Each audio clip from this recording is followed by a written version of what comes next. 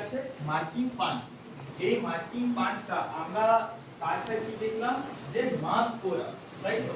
এর আগে আমরা দেখে এসেছি যে আমরা বেঞ্চ স্কাইবার দিয়েও আমরা মার্ক করছিলাম, মার্কিং হয়ে যাচ্ছে। তাহলে আমাদের এই পাঞ্চ আমরা কেন ব্যবহার করি, তাই তো?